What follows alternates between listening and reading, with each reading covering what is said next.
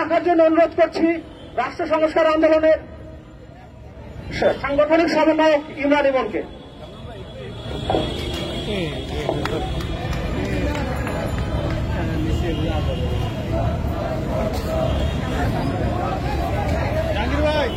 সংগ্রামী উপস্থিতি, আমাদের মাঝে গণসংহতি আন্দোলনের একটা মিছিল এসে উপস্থিত হয়েছে। আমরা তাদের সংগ্রামী অভিনন্দন জানাই।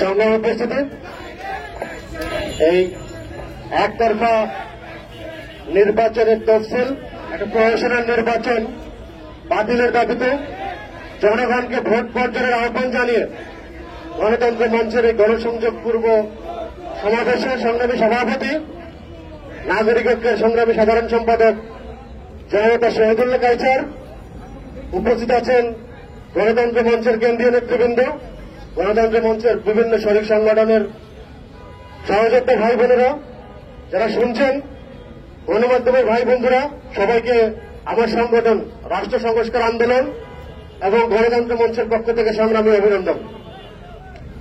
সংগ্রামী উপস্থিতি, আমরা এখানে দাঁড়িয়েছি, আমরা স্পষ্ট করে বলছি, বাংলাদেশে যে ফ্যাসিবাদী সরকার গত 2টা নির্বাচনে বাংলাদেশের মানুষের ভোট জবরদস্তি করে, ডাকাতি করে, লুটপাট করে ক্ষমতা দখল করে আছে। এখন বর্তমানে আবার নতুন করে ভোট ডাকাতি করার, প্রহসনের নির্বাচন করা, জোর করে ক্ষমতা দখল করার জন্য নতুন করে আরো একটা নির্বাচন আয়োজনের চেষ্টা করছে। এই ঝাপকাটা নির্বাচন বাংলাদেশের মানুষ প্রত্যাখ্যান করেছে ইতিমধ্যেই।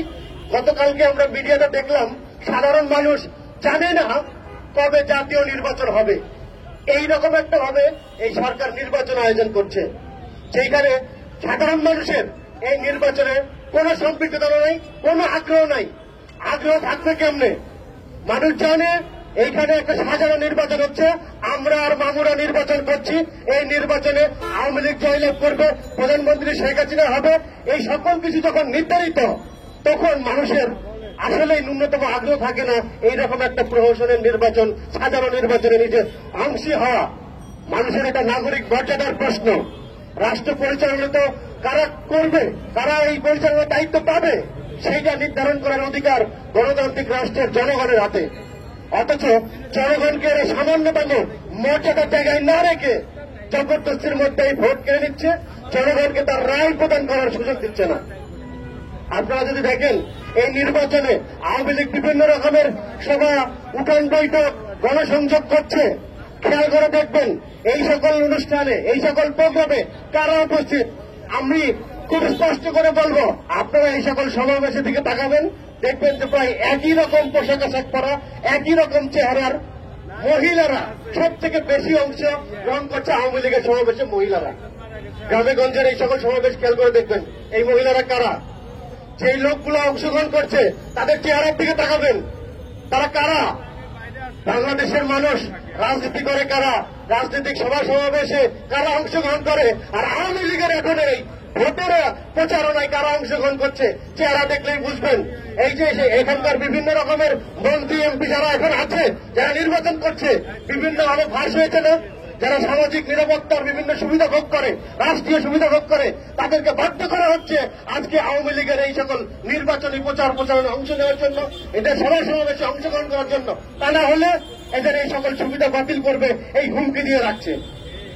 এই জবরদস্তির মাধ্যমে মানুষকে আজকে তাদের ভোটের অধিকার আছে এটা প্রমাণ করার চেষ্টা করছে।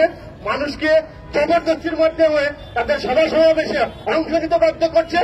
আর মানুষের যে ক্ষমতা, ন্যূনতম নাগরিক অধিকার এখন পর্যন্ত অবশিষ্ট আছে, একদিন ভোট দিতে পারে, গণতন্ত্রের রাষ্ট্র পরিচালনার দায়িত্বে মানুষের অংশগ্রহণ করার যে সুযোগ, এই সুযোগ কেড়ে নেওয়ার জন্য এই প্রশাসনের ভোট আয়োজন করছে।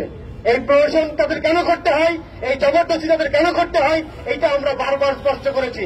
এইখানে যে লুটপাট, এইখানে যে পাচার, এইখানে যে বিচারহীনতা, এইখানে যে তাদের মাফিয়া তদন্ত, এই মাফিয়াগিরি করার জন্য তারা এই ভোট মানুষকে দিতে চায় না।